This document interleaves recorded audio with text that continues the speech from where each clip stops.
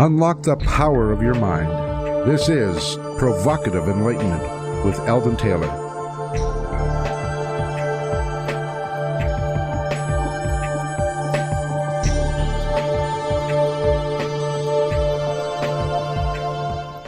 Welcome and thank you for joining us today. The next hour is devoted to learning something more, not just about the world of shoes and ships and sealing wax, but about how, what, and why we believe as we do. A time for those willing to question what they think they know or what they may believe. Those willing to be uncertain for an hour. I'm Eldon Taylor, and this is Provocative Enlightenment. All right, our chat room is open, and my partner Ravinder waits you there now with bated breath. Isn't that right, Ravinder? Yes, I've always got bated breath. I have to remember to breathe sometimes. All right, you can join us. The chat room, that is. Log on by going to provocativeenlightenment.com/chat. So, bated breath, tell us all about your chat room. Well, it's a bit hard to talk with bated breath. It's a great chat room. It's a great group of people. I learn stuff constantly from everyone in there. So if you want to come join the mix and contribute to my education and your own education at the same time, then do come to provocativeenlightenment.com/chat. We have lots of fun in there too. All right. In this week's Spotlight, I would like to discuss the difference between what we can control and what we can't. We all know people who are what is commonly referred to as control freaks. Generally speaking, a control freak is a person who feels an obsessive need to exercise control over themselves and others, and to take command of any situation. To some extent, we are all somewhat inclined to be a bit of a control freak, especially in light of the idea that we should be in control of ourselves. But just how much control do we ever truly have? Researchers have demonstrated that most, if not all, of our thoughts originate from the subconscious. We do something, say something, and perhaps we wonder why. This, too, is something we have all experienced. Where is control at times like these? Most of us fuss over little things involving ourselves as well, including the way we talk to ourselves. How much do we weigh? How good our clothes look, the shine on our shoes to the makeup we wear. These things also, we like to think, we have some control over. However, as one ages, they quickly discover that something outside their volition is really in control of much of their appearance. So again, what are we controlling? We talk a lot about personal improvement today, and that generally means everything from making more money to becoming a better person. But are we really in control of these things? Research has repeatedly demonstrated connections between our environment and genetics that can lead to everything from criminality to genius. Are we truly in control of this maturation matrix, the so-called nature-nurture aspect of who we are? Further, can we really expect to totally control its influence in our adult lives? If we listen to many experts today, ranging from the philosopher to the neuroscientist, the answer at best is maybe, depending, conditionally, etc. My own research along these lines suggests the only long-term way you can gain control, any control, is by reprogramming your subconscious mind. That said, there are many things in life that we simply can't control with our minds. From time to time, the world throws us curveballs that alter our course of direction and sometimes change our lives. We can't control the obvious things like the weather, and we can't control many other outside factors as well. So the question arises again, what exactly are we in control of? One of the tactics developed by behavioral scientists often illustrates how little we are in control, while creating a sort of paradox at the same time. The paradox proceeds along a dichotomous line like this. On one side rests the understanding that we are not in control, while on the other side is the encouragement to improve ourselves by gaining more self-control. This sort of self-composure, if you will, accepts what cannot be changed and is challenged by that which is believed to be within the grips of change possibilities. So we can be better people. We can be more caring and sharing. We can find more happiness and experience more quality in our lives, but paradoxically so. Often only because we quit trying to control everything. And that often includes ourselves. Indeed, the whole notion of self-forgiveness is anchored by the realization that what's done is done, and crying over the proverbial spilt milk is only counterproductive. Change your inner talk and thereby change your thinking, and you will change your life. This has long been a motto of my company. Recognizing that some things are beyond our ability to control or change is a giant leap forward in the process of self-realization. My thoughts anyway. What are yours, Ravinder? I think that is really interesting. I mean, when you're talking about control, you come back to the issues of free will, and we've discussed that, and you've had lots of guests on the show. You've had guests on the show that have been adamant that you don't have any free will, period. Everything is kind of set in stone. I prefer to take a more practical perspective on that. I do understand why some people would say that you don't have any free will, and, it certainly makes perfect scientific sense. But just from my own experience, when as I talk to people and my, experiences with people around us, the people who are happiest are those who first act as though they do have free will. They do have, control over themselves. You can't choose what comes to you, but you can choose how you react to it. And the more you practice reacting in a way that helps you, the easier it becomes and the more it happens. So, from a scientific perspective, I'd say, yeah, you don't have much choice over anything. But from what I have seen, I think you do. And I think, it just is more functional if you believe that you do too. I'm not going to take any exception to that. I believe that I do believe that we have the ability to exercise levels of free will. But at the same time, I'm going to throw back at you. Have you ever had an aberrant thought? Have you ever had an emotion run in on you? Never. I have pure thoughts. And here's the emotion or here's the thought. And were you in control of that? No. No, they come in. So the question here isn't really about so much free will because, okay, arguably there's at least a tension there. But the question is more about how do I approach the whole idea that I'm in control? And if so, control of what? Absolutely. I think, the position you have taken before is the only place that we can really exercise that is in the programming of our subconscious minds. That's just, that's the basics of what you teach anyway. And I have seen that over and over again. The more you change some of that basic programming, the better your life gets. The more, you achieve, the happier you are. So. And there are some easy ways to do that. We've discussed those also, context, framing, etc. Okay, every week I read some of your letters as our way of involving you while paying respect to the very important role you play in making this show successful.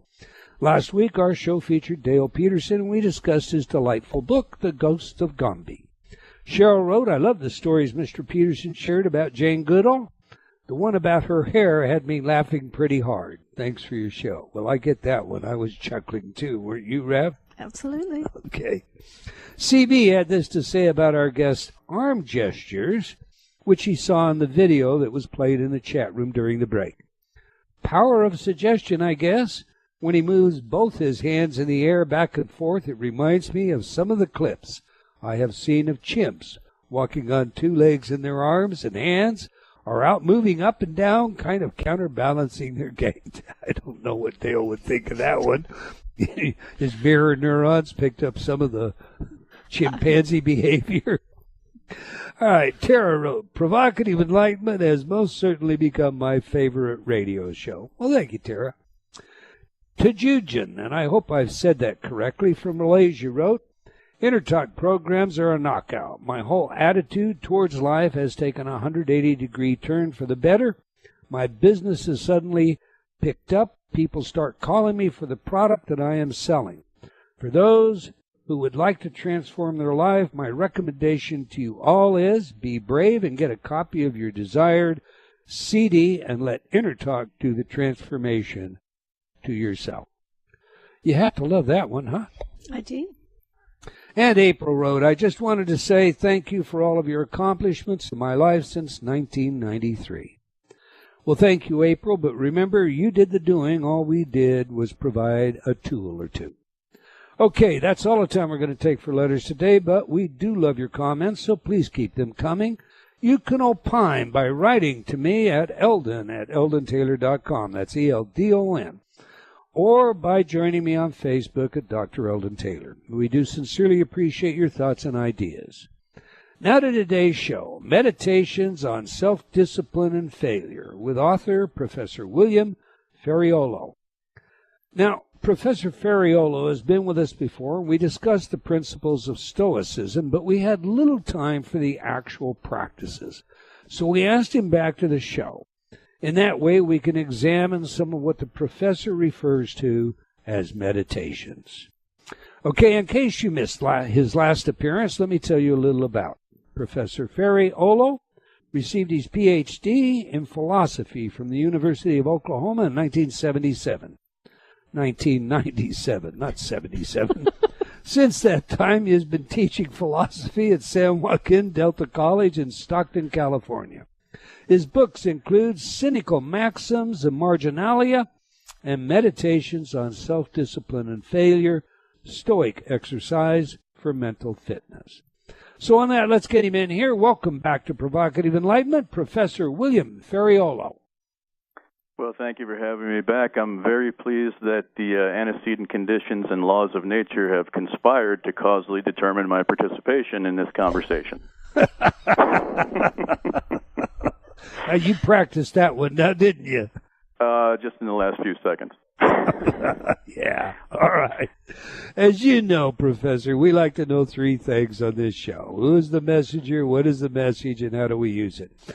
To that end, please share with us the importance that Stoicism has in your life and whether or not you ever lived differently than the Stoic ideal. Oh, I nearly always live differently than the Stoic ideal, unfortunately, but that's because of weakness and irrationality on my part. I'll give you the Reader's Digest condensed version. I blew out my knee on my 18th birthday, and I thereby lost my scholarship to college. I had an Army ROTC scholarship. So I had to find a new future. I had to find a new conception of what I could be. My career was gone. My college was no longer paid for. Happened to be taking a philosophy course. Asked the professor, I was at Rutgers at the time, asked the professor if there was any way to make a living doing philosophy, and he said, no, not really. I had no idea what else to do, so I stuck around until somebody handed me a degree, ended up at the University of Oklahoma in grad school, took up space until someone shoved a Ph.D. in my face, said, go get a job, Tiger. And then I did, and then in my 30s I realized that as was the case with both of my brothers and myself, I had a fairly significant, fairly severe anxiety and depression disorder that was more or less ruining my life. I couldn't sleep. I was angry, just one conflict after another. I stumbled on the Discourses of Epictetus, and I knew right away. It hit the proverbial switch. I said, oh, this is what I've been looking for. So, since my early 30s until now, I've been kind of assiduously studying Stoicism, trying to put it into practice as best I can, failing regularly. But I have made progress. I am not quite the wreckage of a human being that I once was. I'm just kind of wreckage now. Is that what you're looking for? I love how I love your humor. Okay, you heard today's spotlight, Professor. What say you? Are we ever really totally in control of anything? No. No, I'm not a believer in free will. The only way that free will could exist, and honestly I can't really make sense out of this, is if it emanates somehow from a realm transcendent of the natural world. So if we are endowed by God with the capacity to initiate causal streams ex nihilo, out of nothing, then I suppose that could be free will, although I have a hard time understanding how that would work. In the natural realm, it's pretty clear to me, at least, that all events are causally determined by antecedent conditions and laws of nature, and all human deliberation, decision-making is causally determined by heredity and environment, broadly construed. But here's the good news. We don't need free will. Nothing changes once you realize that there's no such thing as free will. It's not as if life is thereby stripped of meaning or purpose or anything of that nature. I suspect that's the fear most people have, that if we're not free will, we are the tantamount to automatons or computers or something like that. I think that's just a misconception of our condition. I recently read a journal article that was essentially advising, and I'm interpreting a bit here, but essentially advising that we don't talk about whether or not there's such a thing as free will, because it's a slippery slope that leads to, well, how do we punish a criminal? How do we measure intent? If this is all just, in the cards, et cetera, and so forth, it actually could damage the nature of our social fabric. What are your thoughts on that? Right. Well, that complaint has been around since the ancient Stoics. Origen in Against Celsus, he mentions the idle argument, which is kind of a sophism directed against Stoicism and its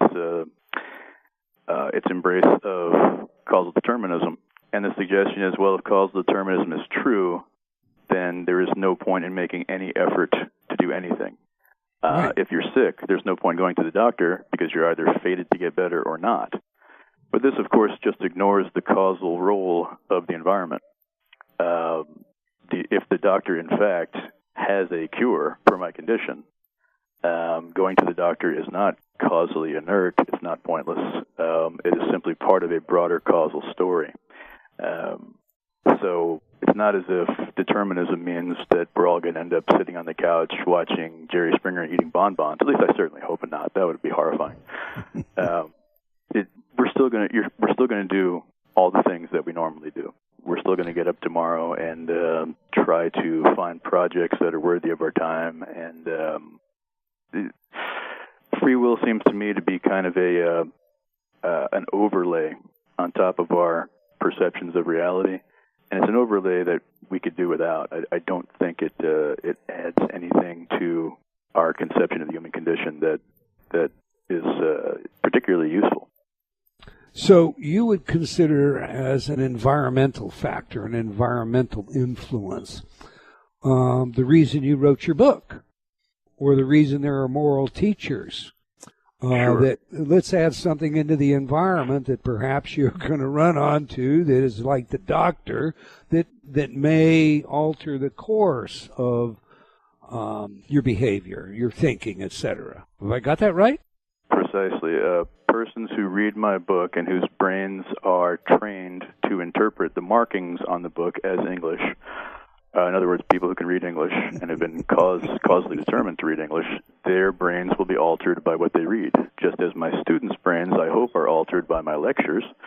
One need not reject causal determinism to embrace the power of external causes, environmental causes, to alter brain states and to hopefully alter them for the better, not morally better, but better in the non-moral sense of being more useful, having greater utility, greater range of application, and so on.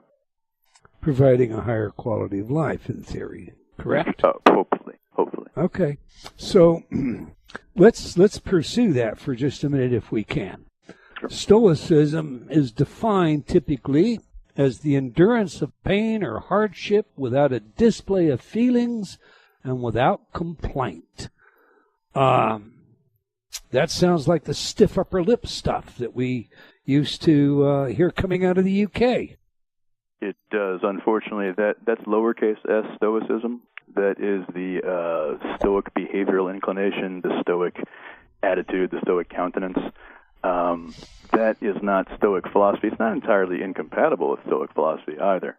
But Stoic philosophy teaches us that we should be very concerned about self-discipline, about maintaining and increasing in virtue and in wisdom. We should not be emotionally or psychologically thrown off balance easily when events are challenging. So it is true that, if warfare breaks out in your neighborhood, you are better off remaining stoic in the lowercase s sense. You are better off sort of remaining as calm, as rational as possible. But that is not a fair representation of Stoic philosophy, which is far more complex than just merely having a certain demeanor. Would you say that is the most common misunderstanding about Stoicism, this idea that, you're just basically not even above but out of the fray? Yes. The most common objection or the most common challenge I encounter is roughly that one. I think a lot of people, especially from my generation, imagine the character Spock from Star Trek, the Vulcan. All of his actions are dictated by logic. He's emotionless.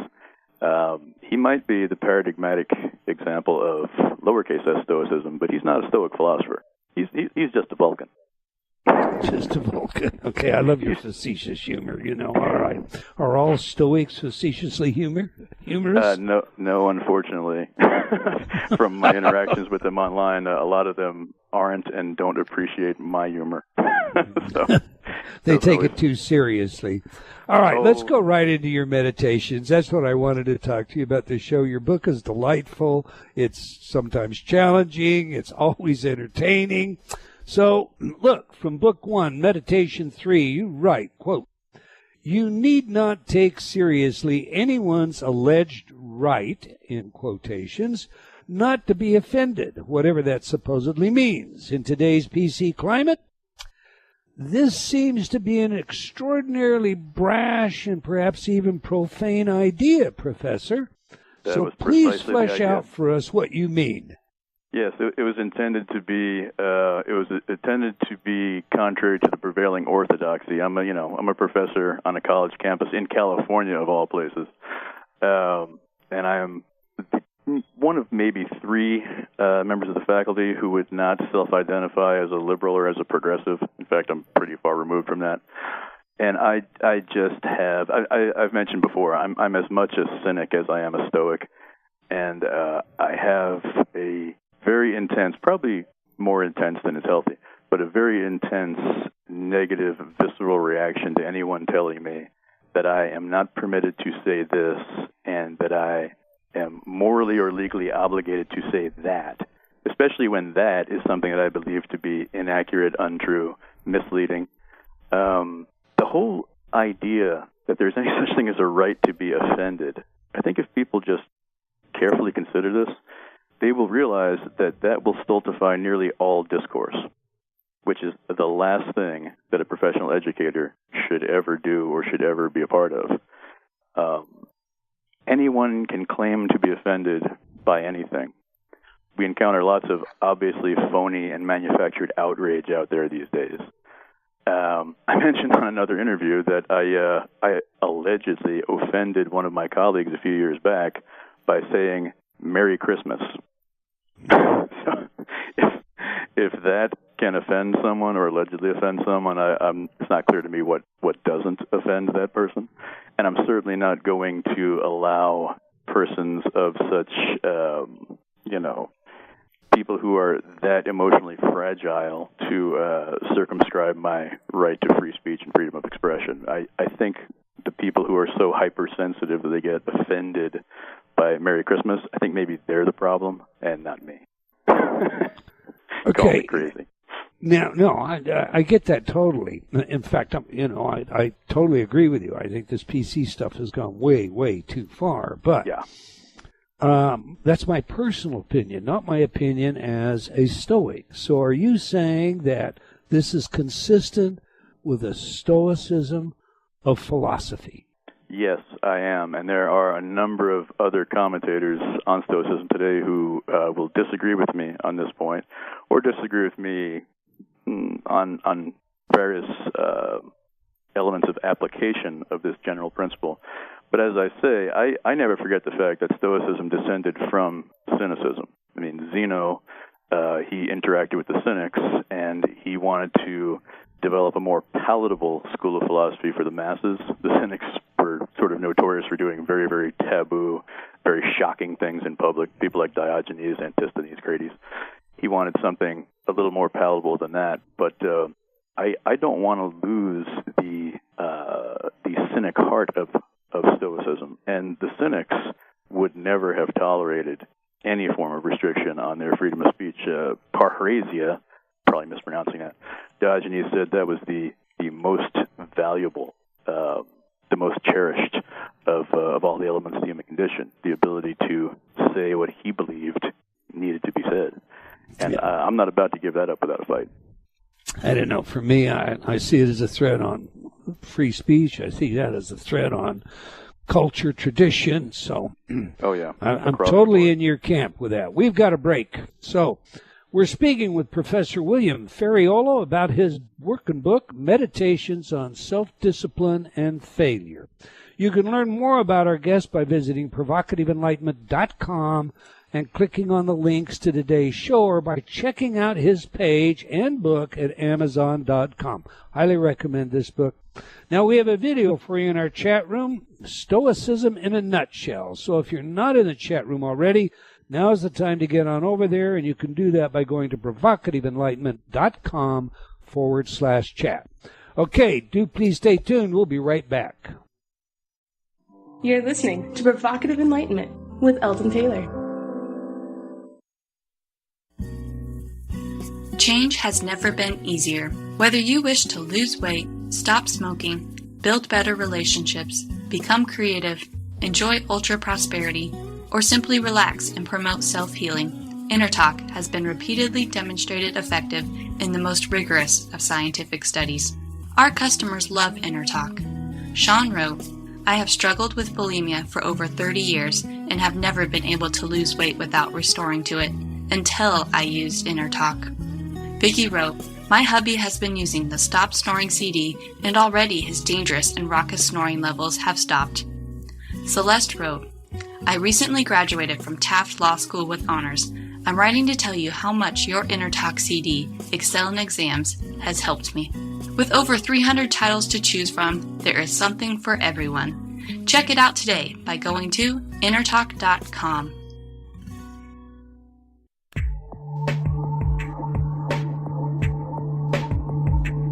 Unlock the power of your mind. This is Provocative Enlightenment with Eldon Taylor.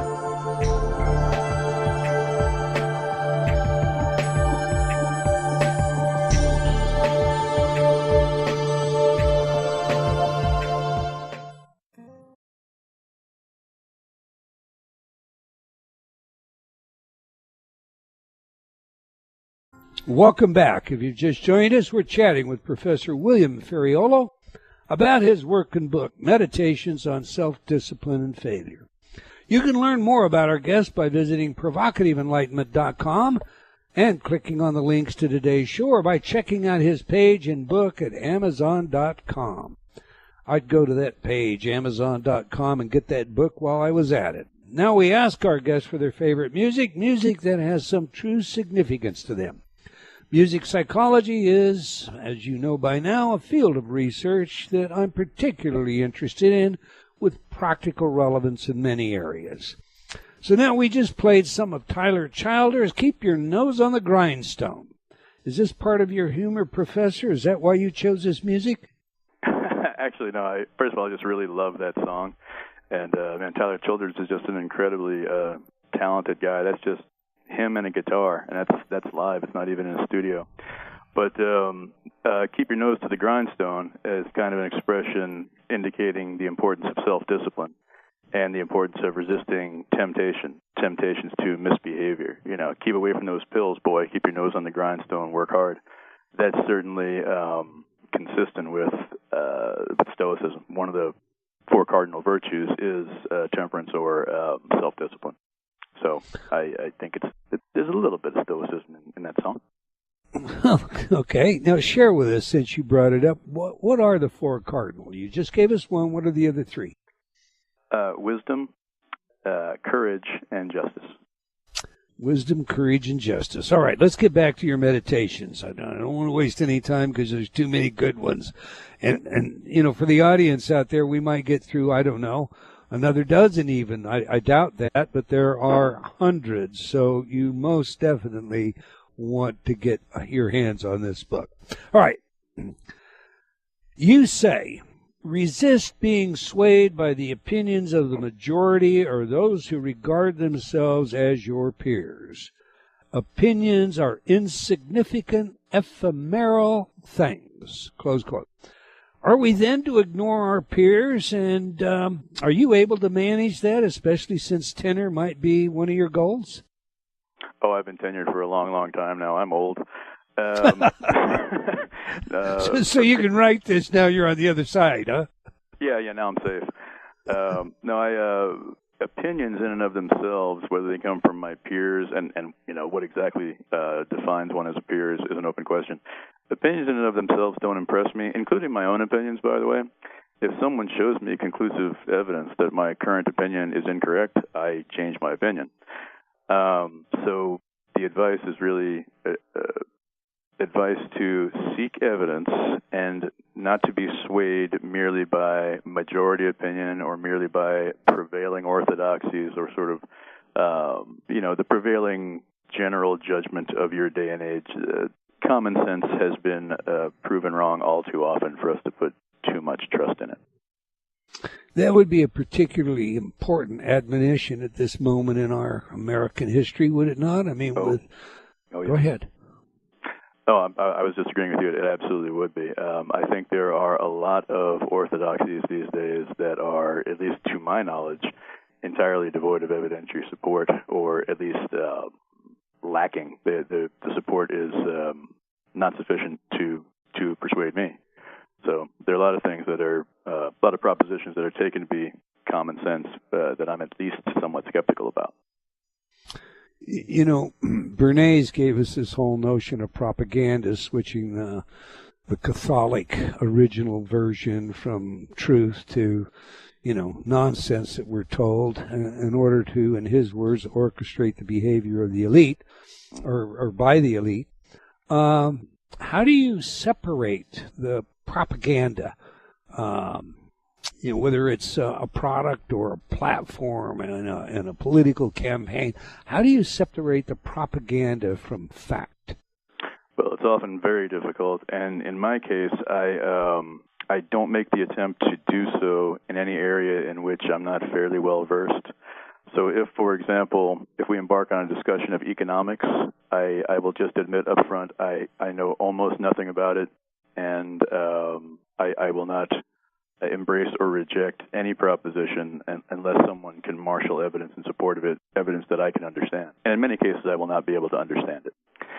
So I try to stick to areas that I at least believe I know something about. I at least believe I have sufficient background in to understand evidence as it is presented to me. And in the absence of compelling evidence, I'm going to, at the very least, withhold judgment.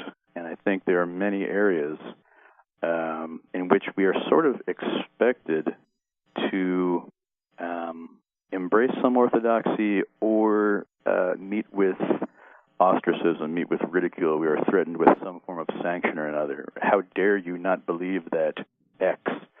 And there are many cases in which I, in fact, do not believe that X is true.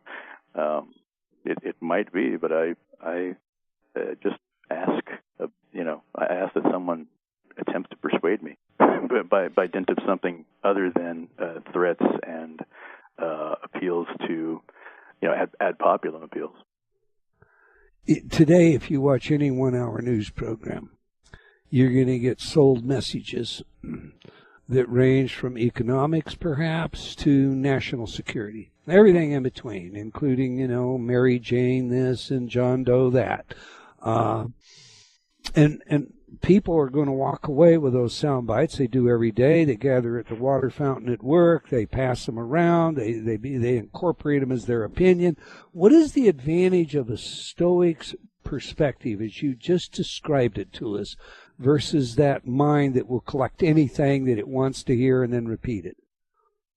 Well, I think it's a matter of discrimination, which unfortunately has, for some reason, become a dirty word. I'm not talking here about, discrimination on the basis of race or something, but to be discriminating in the sort of traditional use of the word is to insist upon some sort of factual evidentiary basis before forming a judgment. So, if I have a bunch of people tell me that, I ought to believe thus and so, and I ask, okay, what is the evidence on which you base that suggestion? What is the argument in support of the proposition that I'm supposed to believe, or I'm somehow a bad person? If they can't provide evidence, if I can tell that they've never actually been asked for evidence before, I get a little suspicious. So I'm more hesitant to embrace propositions commonly embraced by the masses, because part of wisdom is discerning, as best one can, truth from falsity, rational from irrational belief, evidentiary justification from the lack thereof. Let me try this on you. I kind of interpreted, and I just gave a small quote from this particular meditation, but I kind of interpreted it this way, not in exclusion of what you said, but in addition to, if I collect all these news bits and I walk away and, what ends up is I have some investment, perhaps some worry or some good feeling, depending on, how the slant goes. And I know nothing about it. The economy is good, the economy is bad, jobs are up, the market is down, or whatever I might hear, okay? If I take that on board without having any real knowledge about what it is, it can create a level of psychic tension that's not necessarily healthy, and it certainly would do me absolutely no good. So if I were to recognize that I know nothing about economics and this is just a pundit, I could care less, would I not have a more stoic life, but a more able ability to enjoy my life? You may very well, and the skeptic school, one of the other Hellenistic schools, made the case more or less that the suspension of judgment tends to reduce our emotional and psychological distress. When you become committed to a proposition, evidence to the contrary creates cognitive dissonance, and it creates various forms of anxiety or frustration and so on. So the skeptics kind of wanted us to suspend judgment more or less across the board. The Stoics want us to suspend judgment in those cases in which compelling evidence is absent, not across the board. I don't suspend judgment about the proposition that all triangles have three sides. I'm persuaded. If someone asks me to consider the proposition that the Earth is flat, I'm not going to spend a lot of time considering that. If you've got evidence, I'd love to see it, but I'm not going to hold my breath. So I would say, when you have conclusive evidence, by all means, form the relevant judgment, act in accordance with it. But when you lack conclusive evidence, maybe it's not wise to not only form the judgment for which you lack evidence, but to go, spending hundreds of billions of taxpayer dollars in pursuit of something that might be, a pipe dream. Maybe not a great idea. Well, and I think we all need to remember, I'll just throw this in at the same time, that just because we heard a pundit say it doesn't mean that it's absolutely fact. All right. Yeah, that's for sure. I'm not impressed with punditry. No kidding. The all right, we hear a lot. That profession seems to be pretty low. I'm on the same scale with you. Yeah. We hear a lot about the importance of empathy today, and many people suffer and die in the world. You say, however, that, quote, to love others is noble, but to despair at their mortality and fragility is nothing but an invitation to needless suffering and impotent anxiety. All right, I love that, impotent anxiety. Are we to deduce then from this statement that grieving is nothing more than impotent anxiety? I would not say it's nothing more than impotent anxiety. There is probably a cathartic effect that is psychologically beneficial. The expression of grief is in many ways, I think, beneficial to those family members and friends who remain. There is, however, a component of grieving, especially excessive grief, that is, I think, impotent and pointless. I love my wife, and I am aware that she is going to die someday, and I am going to die someday, so we will be separated. If I were to obsess and perseverate about the fact that I am going to lose her, either when I die or when she dies, that is impotent, it seems to me. That is, it's not clear to me what benefit will come of that.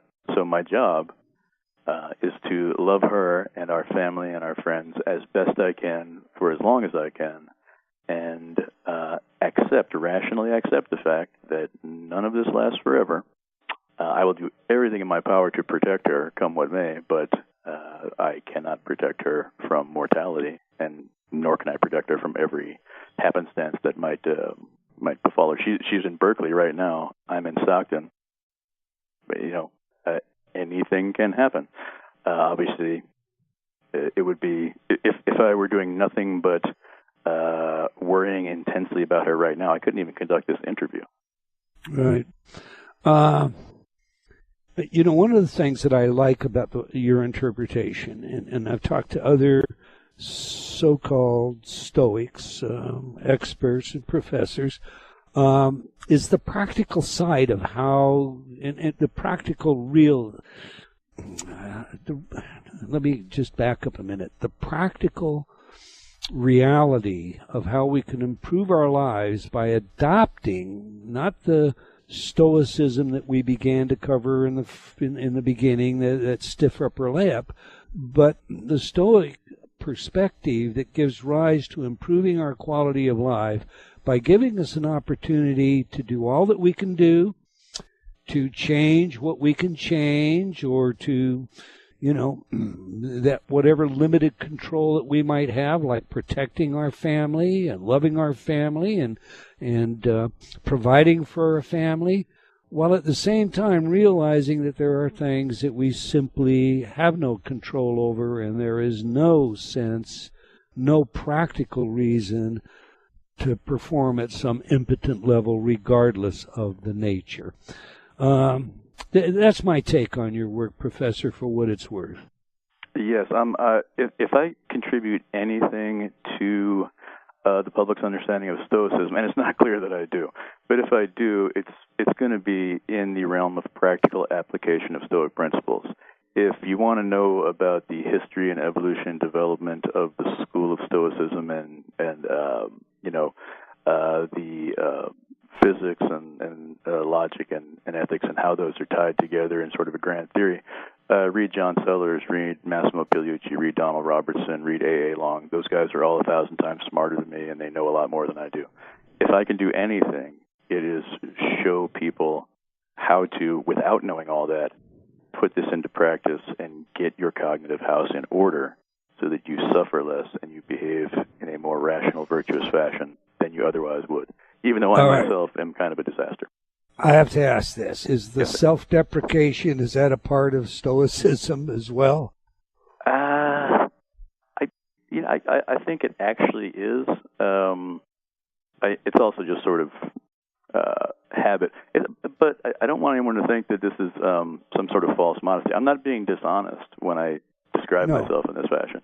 I'm not particularly bright. I'm not particularly skilled in any area. I'm just a guy. If I can do this, anyone can do this, and that's the one advantage I have over people like Massimo and Donald and John Sellers, is that they're all really smart, and I'm not. That's my advantage. I don't know that I buy that. In fact, I don't think I do at all. But all right, I'll allow you to have it. Okay. Moving on, in Book 2, Meditation 6, you state, Kindness toward animals is an almost unalloyed good. Now, it's easy to love one's pet, but kindness to animals goes beyond the family dog, Professor. How about all the domesticated animals that are brutally slaughtered every day in the name of food, or the cruel farming methods? So I've got a two-part question for you. One, are you vegan or vegetarian? And two, do you think your admonition regarding kindness to animals applies with respect to all animals? Answer the first question. I'm neither vegan nor vegetarian. I love meat. I consume much more of it than is healthy for any one human being. And if that means that I am at some level a hypocrite, I will plead no contest. I have no problem with vegans or vegetarians. I have no objection to it. If you read Peter Singer's work, he makes a compelling case from a sort of consequentialist perspective, and I have a hard time buying into consequentialism, but other people will buy it. We ought not to be needlessly cruel to animals, and it may well be that not only the factory farming system, but all of the consumption of animals we do is needlessly cruel, and I may be a hypocrite. It's entirely possible. All right, well, I'll put you down as a hypocrite. I happen to think that just personally, that one's a little dissonant, for what it's worth. Who am I to be telling you? Let's take another one of your meditations. You state flatly, and I love this, politicians are not to be trusted. Do not be a child and believe otherwise. Uh-huh. Flesh it out for us. Well, if I were to ask you to list all of the, honest politicians, all of the sort of pristinely truth-telling politicians, that would be a short conversation. I always keep in mind that at least here and in most, in democratic societies, it is a representative system, is it not? I mean, we elect people, and then we complain about them being corrupt and dishonest, and they are for the most part.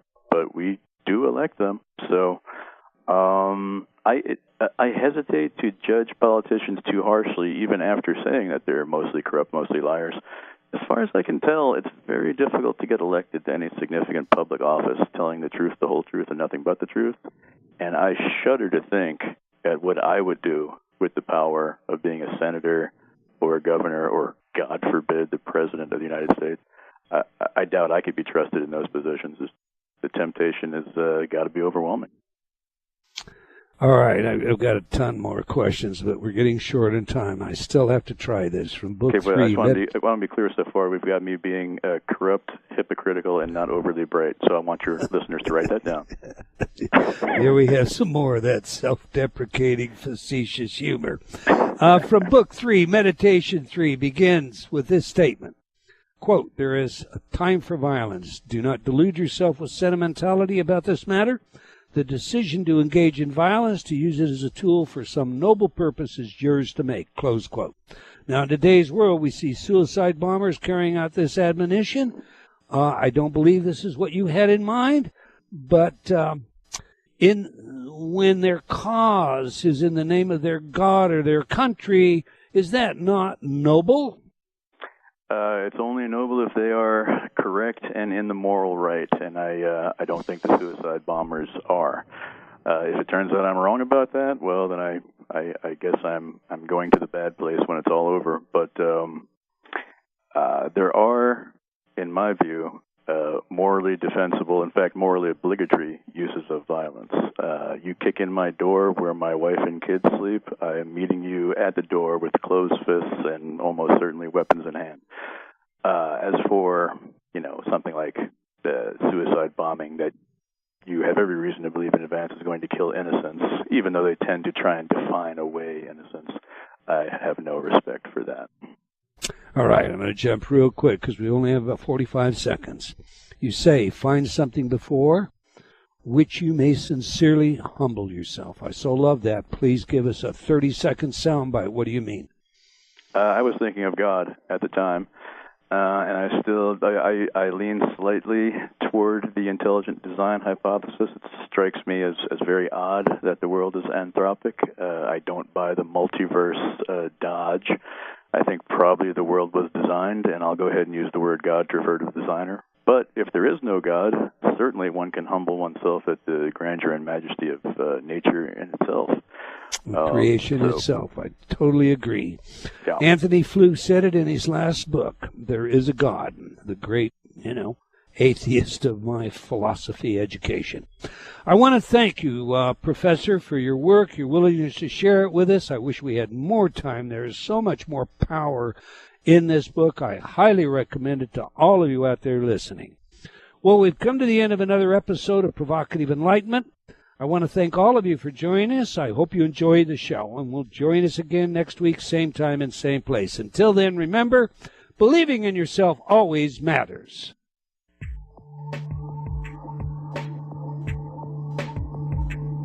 Provocative Enlightenment has been brought to you by Progressive Awareness Research and other sponsors. Provocative Enlightenment is a syndicated show and appears on other networks. For a schedule of show times, visit provocativeenlightenment.com.